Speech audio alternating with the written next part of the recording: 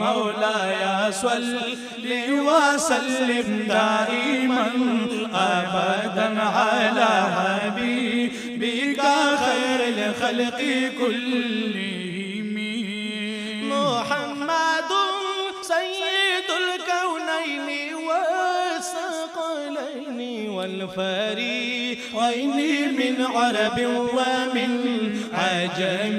مولاي صل وسلم دائما أبدا على حبيبك خير الخلق كلهم.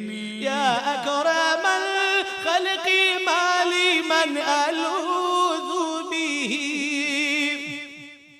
يا أكرم الخلق ما لي من ألوذ به سواك عند